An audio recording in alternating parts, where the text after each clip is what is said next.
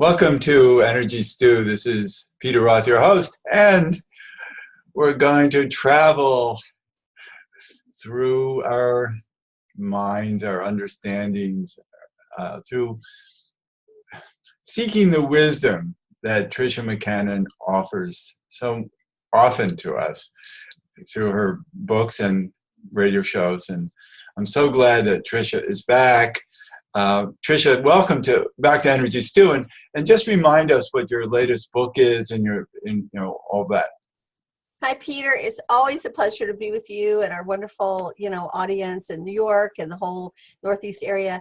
And I love doing your shows, as you know, because you're so deep and you're fun and you're intelligent and you really go right to the heart of matters. So, yeah, for those of you who haven't heard me before, I'm the author of 4 books: Dialogues with the Angels, Jesus, and it's a long subtitle, but you could just look for Jesus, The Explosive Story of the 30 Lost Years and the Ancient Mystery Religions. That's a mouthful, but it is a tour de force of the great spiritual mysteries and where Jesus was during those years. My 3rd book is called Return of the Divine Sophia, and the subtitle kind of says it all: Healing the Earth Through the Lost Wisdom Teachings of Jesus, Isis, and Mary Magdalene. And so it's really about discovering the hidden history of the planet, where God was considered to be the Divine Mother, and men and women ruled together in partnership, and there was no war on the planet for thousands of years. Imagine that. And then my latest book that came out in the fall of 2017 through my publisher, Inner Traditions, a wonderful publisher, was called The Angelic Origins of the Soul. And it's very much about the landscapes of heaven, where we come from as divine beings, how we come down into this crazy, tumultuous, dualistic world in order to sort of be like an earth school and make choices about, kindness and unity or separation and division. And you can sort of see this going on in the world today, and how we can fall under the illusion that we are separate from source, that we can fall under the illusion that the divine is not everywhere around us or not inside of us. And of course it is inside of us, otherwise we wouldn't be alive. This is the spark of spirit, and the spark of spirit is in everything that we see around us, all the plants, all the trees, all the animals. How do we think they got living? How do we think they got animated? Of course, there's this divine spirit of, we can call it God or a tomb or, Yahweh or, Allah or whatever we want to call it in these various religions that we have. But it's the spark of the divine that lives in all of us, and how we can awaken to that within us and begin to live a higher consciousness life and change the world as a result. Well, that's a show in itself right there. That what you just said is great. Thank you. So we'll sign off now, right? Right. Well, it's a fun book. And, I'm a teacher of the Egyptian mysteries and the Celtic mysteries, the Native American twisted hair tradition. I was initiated in that 30 years ago. The Masters of the Far East. I was raised Episcopalian, and of course I love the Kabbalah, so all the deep esoteric teachings of all the wisdom traditions I'm very much a fan of. And a lot of my books are about looking below the surface of the exoteric dogma, which separates us many times and causes religious conflict, to the inner wisdom of all these great paths and finding that point of unity where basically they all agree. And so that's part of the teaching that I try to bring to the world today. Well, that's great. And let's talk now, using the context of everything you've recently said on the show, to looking at the Earth school that we're in. Yes, indeed. We're in school right now. We are. And we don't have very good teachers showing up. Yes, yeah. Well, it's a challenging school. I often say that Earth it's a paradise planet, although we seem to be committed to, changing that and making it hell on Earth. But it is not for the faint of heart. I think right. PhD program. Because but I want to say something, though, that I want to change something I just said. Sure. I said we don't have very good teachers now. I think we have very good teachers right now. I think we're learning the deepest, hardest lessons. And I think that's what we're here for, is for the planet to be hit over the head. With a shadow. Yeah, with the shadow. With a shadow, right. With what we don't want. And I mean, the Right. shadow is a very interesting concept. I mean, it's a psychological concept. You know, certainly it's been externalized into the devil made me do it. Okay. Or, you know, Satan is all powerful. No, it's all taken over the world. Well, certainly, you know, people like the Gnostics believe that this world could be a paradise world, but that the demiurge, or the ones who were the ones in power, the Caesars, for example, the Caligulas, the Neros, all those guys, basically were in control of the power, the politics, the money. So many times the poorest people are the people that are the most enlightened, the people who are not dealing with external power and ambition.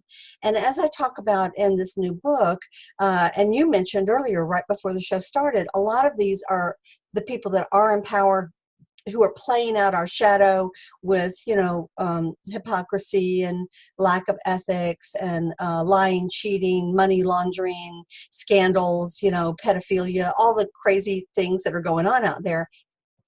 Those people are intermediate souls. They think that finding power and money outside themselves is what's going to make them safe. But they don't realize that they're actually creating enormous amounts of karma and baggage for themselves that in future lifetimes they're going to have to pay off.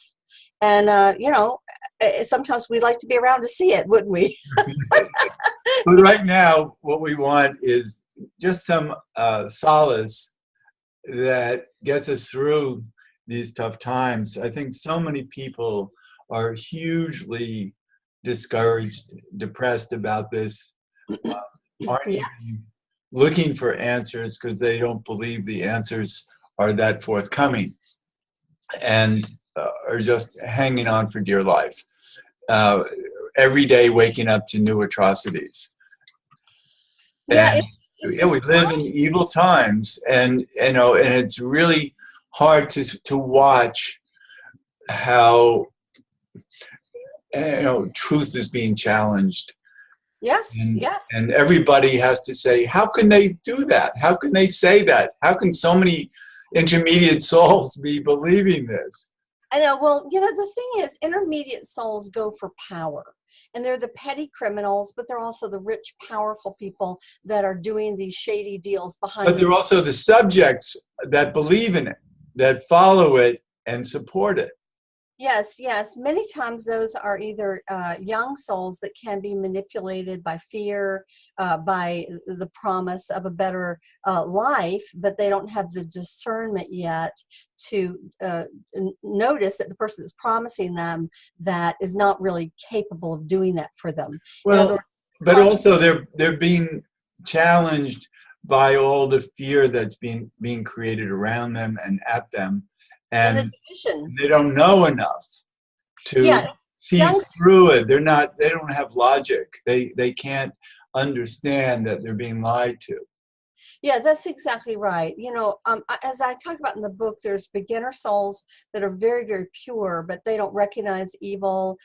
They have come from the higher worlds more recently. They're usually very magical and creative, but they can be stomped on like a little flower very, very easily and frightened. The young souls, which is the next stage, are many times are fundamentalist in every religion of the world because they are fear driven. They have figured out this is a crazy, unpredictable world, and so they want safety in numbers. There are too many of those people right now. Yes, they want their weapons. They want to build their walls and set their rules and curfews and regulations because they feel like, you know, they'll be safer if they stick together. You know, it's amazing. You know, I see myself laughing talking about it, and I guess it's because it's ironic, and that's the humor in it, that we have to live with this. And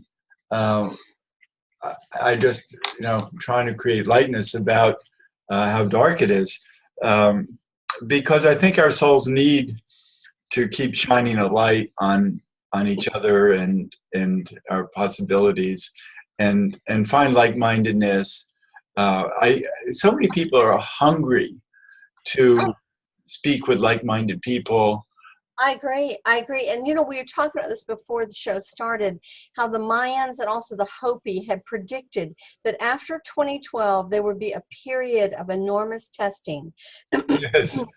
I And keep saying that to people, that this has been predicted for 1,000 years. so 2012 didn't mean the end of the world, okay? What it meant was the end of that cycle. And now we are in the time that in Christianity we would call the tribulation, which is the time of choice, where, you know, we have a choice of acting with kindness, compassion, love, and working for unity consciousness. And that means taking care of the planet, the animals, and each other, or doing what seems to be happening in the political arenas, which is basically self-service with lots of deception and lies and, you know, Well, polluting of the environment and the planet and so forth. what it is that we're being called on that deeper place of wisdom that sees the big picture and understands what absolute truth is. There's, you know, there are relative truths, which could be lies. It's all relative. Fake news, or at least what supposedly is fake news.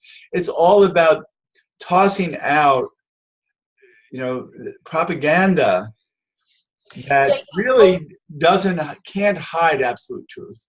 well, they're trying their very best, and these are definitely, they're great spin doctors with Fox News and the media, and, you know, Giuliani, who's, you know, just you know, unbelievable.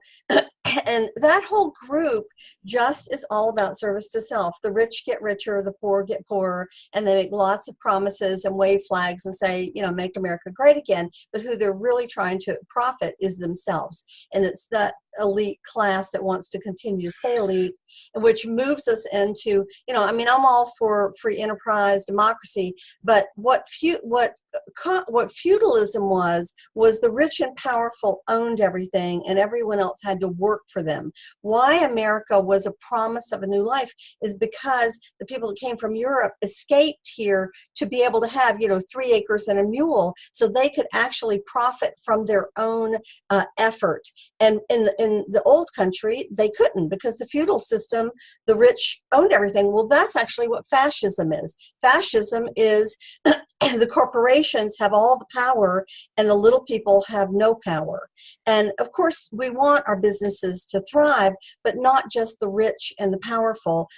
We want all people to be able to benefit. And this is where the distortions are about capitalism versus socialism, that somehow capitalism is considered, you know, the great opportunity, but it's not reined in.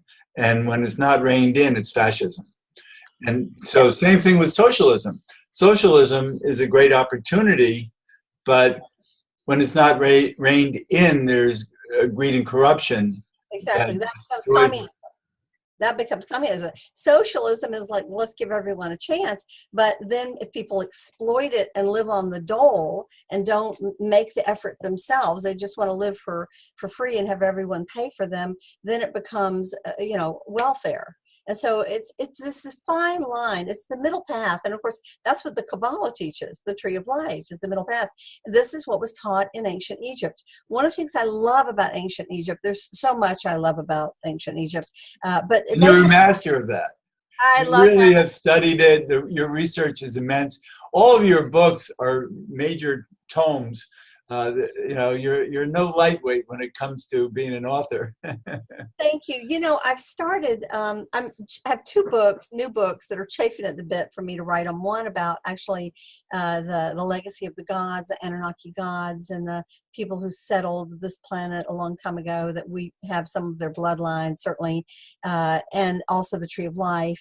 And then one about the shift of the ages and what's coming in the new earth. But what's happened this past year is I've started doing these amazing online classes with a company called Sacred Stories Media. And you can Google, you know, Sacred Stories Media or Sacred like a university. And I've done an amazing online class on the lost years and secret teachings of Jesus, which is, you know, 7 modules and probably 9 hours, but you can download it and watch it in your own time. Gorgeous images, of course, 2,000 images. One on Mary Magdalene and the Divine Feminine and the archaeology of the goddess and the quest for the Holy Grail and the Christ Merovingian bloodline. I did that one in the spring. And I'm working on one that launches in July of 2018 on the Egyptian mystery. So hopefully by the middle of July, it'll be up and running. But what I was going to say that I loved about Egypt was the concept of Ma'at. Ma'at is spelled M-A, and there's a little apostrophe A-T. So it's like Mat, but Ma'at, okay? And Ma'at is the concept of cosmic truth, the goddess of cosmic truth. That's kind of like in the Tree of Life, Da'at, which is the throat, exactly. which is the bridge between the heart and the head. Yes, and Da'ath is gnosis. It can only be gained through wisdom and experience. Right. But Ma'at is what, if you see the images of the queens and the kings, they literally are kneeling before Ma'at. They are in service to Ma'at. And if we had political leaders in service to cosmic truth, and I'm not talking about dogma, I'm not talking about, religion. I'm talking about ethics, morality, and cosmic truth. And what is true? I mean, you mean the writers of the Constitution were those kinds of people? They were, exactly. And they were going for, life, liberty, the pursuit of happiness, unity, consciousness, and fairness. And of course, they were coming out of social systems of feudalism and oppression. So it took them a little while to kind of free everybody, okay? But, they laid out those constitutional rights. And this is one of the reasons why America has always been such a beacon of hope for people around the world. Yes, and it's being so distorted, and even the Constitution is being distorted. So I want to come back to this one word that you said, and maybe give us some hope worldwide for the future. And that's the word Merovingian. The Merovingian bloodline, yes. Okay, because there's something about that we should have more of a handle on, because I think we were all moved recently by the marriage of Harry and Meghan. And we saw that that really creates a hope for the future, because that's bringing together two different worlds that really, the world, we need that. We do. And I think those boys are wonderful. William. Well, tell us why, and what's their heritage that makes them wonderful versus the Queen of England. Right. So let me say that one of the things that most people don't realize is that the English royal family wound up having the German royal family, which was the House of Hanover, marry into it. In fact, the House of Hanover married into many of the royal families throughout Europe. And so the current monarchy, of course, is from the German line. It's not originally British. And so when they wanted Prince Charles to marry Diana, it's because Diana came from the Spencer bloodline. And the Spencer bloodline is the Merovingian bloodline, which is the merger of Jesus and Mary Magdalene. It is that bloodline, the Merovingian kings. And so they wanted that because it legitimized their rule of the throne. And of course, Diana, as we know, had a very hard time because there really wasn't the love that a young girl needs in her marriage. But she was a true carrier of the bloodline that legitimizes the crown. Plus, once she got over the shock of the fact that her marriage was really an arranged situation that was not about love, she dedicated herself not only to her boys, but to all sorts of humanitarian projects all over the world. And of course, the landmines were one of her favorite. And the two boys, of course, now are from the Spencer bloodline. And so they are really carrying that legacy of light and hope forward, and with very much unity consciousness. And of course, Harry and Meghan are wonderful. You've got America and England, you've got the whites, you've got the blacks, you've got the black reverend minister who was really, delivering such a message of like, hey, let's, live these words of Jesus. Let's practice this. And we see that in these young men, that Yes. they're living very authentically. I love that. And they're actually out there on the front lines, and Meghan is doing it. And I suspect that once the caretaking of all the heirs, which of course has fallen to Kate and William, they now have I think 2 boys and a girl. Isn't that right? I think so. Yeah. So, once that's all set up, at some point, probably they'll be doing it. But since he's the heir apparent, he could be assassinated. So better to keep him in the country. So Meghan and Harry are free, as they say, an heir and a spare. So they're free.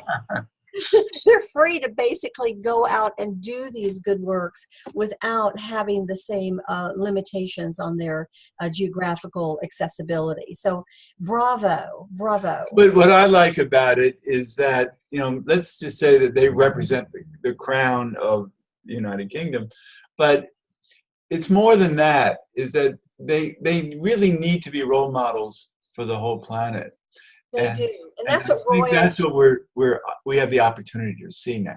And that's what presidents should be. That's what kings and queens should be. Yes. The truth is that a good king or good queen or a good president is not there for himself. He is there as a servant, a public servant who was elected to serve for 4 years or 8 years or whatever the heck it is, or in the case of kings and queens, for life. They are there for the public. And we're seeing some some presidents now around the world who have that. Yes, in fact, the Prime Minister in Canada seems to be a lovely example of that. Right. Kindness and dignity. The Prime Minister in Germany seems to be a lovely example. And she's a woman. The Prime Minister in England seems to be an example of that. And unfortunately, right, but they're all under attack. They're all under attack by the dark forces. And it's unfortunate that America, the land of the free and the home of the brave, that has held these ideals.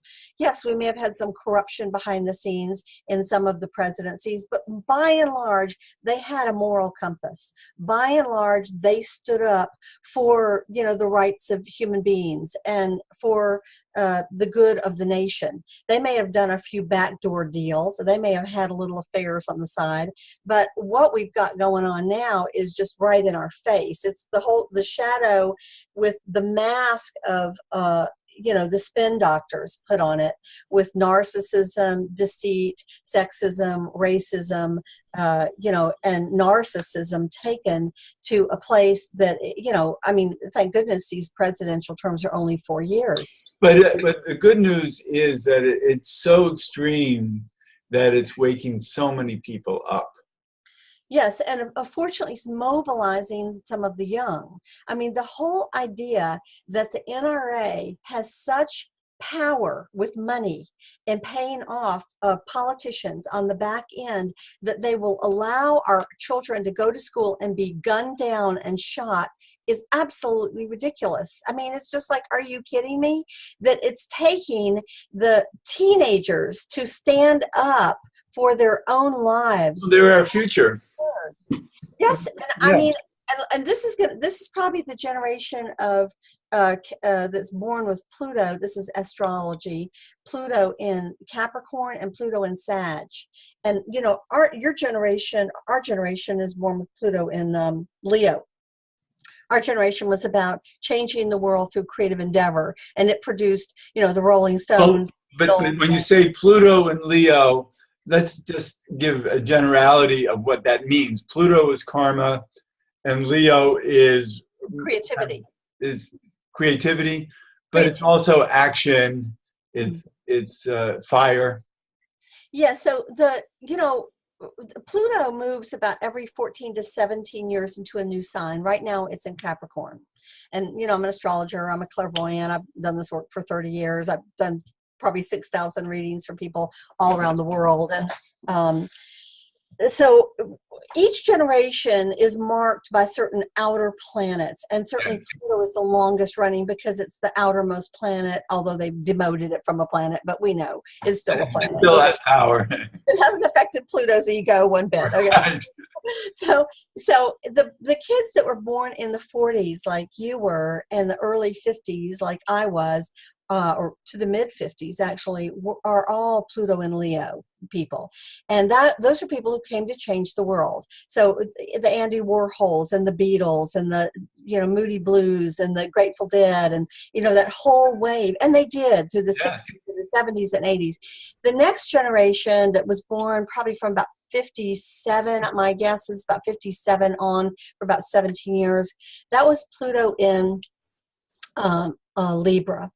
And so, in Virgo, in Virgo. That generation was about, these are the people who've given us collagen, facelifts, Pilates, yoga on every block. Service. Yeah, it's not a service, but it's also health. Virgo is the healer. So they've given us collagen and, ways to look younger, longer, and that's great. And working for perfection. So And what came after that? Pluto in Libra. And these are the kids that, you can't tell if the girl's a boy or the boy's a girl, ACB. Oh, wow. Working for the balance. Balance. Exactly. And then you have Pluto in Scorpio. And those were the ones who have the ear piercings and the nose piercings and the belly button Oh my piercings. gosh. And the tattoos, and but if that generation ever gets itself together, if they in the bad news, they go towards S&M, okay, but on the good side, they have the power to transform the world, because Scorpio is very deep and very initiatic and very transformative. And I hope that generation really gets their act together, because they'll be a wonderful force for the world if they do. And then it went to Pluto in Sag, and this was during the 90s, where we had wonderful inflation, and Bill Clinton was in office and so forth. But then we had fiscal irresponsibility, and there was the crash of the banks, where we had to bail the banks. Right. We only have about a minute left to the show right now. Today we're in Pluto in Capricorn. That's where it's been since probably 2000, something like 2000, early 2000s. We're only halfway through Pluto in Capricorn. So this is the revolution of governments. It's the revolution of our structure, and it's time for us to stand up for the kind of world that we want. That's great. That's a wonderful way to end the show, because we're looking forward to change. Change from, not just change into where we are now, but change out of it. The people who want to find me can just go to my website, triciamccannon.com or triciamccannonspeaks.com, and you'll see all sorts of classes there. I haven't, my books, I have a mystery school with 12 online classes you can actually order. I have about 30 DVDs, and I'll be updating that site probably in the beginning of July when the Egyptian Mystery School launches. So, Tricia, what joy talking with you. Always, Peter. I totally love it. You are one of my favorite people on the whole planet. Thank you, and you're mine. And I'm sure our audience is grateful for hearing from you. And I'm so glad you can be on Energy Stew. Ma'at, the feather of truth. Good Right. thing to remember and live by. Good. Thank you. Till the next time, I guess. Sure. And this is Peter Roth, your host of Energy Stew at prn.fm. I can be reached at Peter at Heartriver, HEART river.org, or 212-222-7748. I'd love to hear from you, and thanks so much for listening.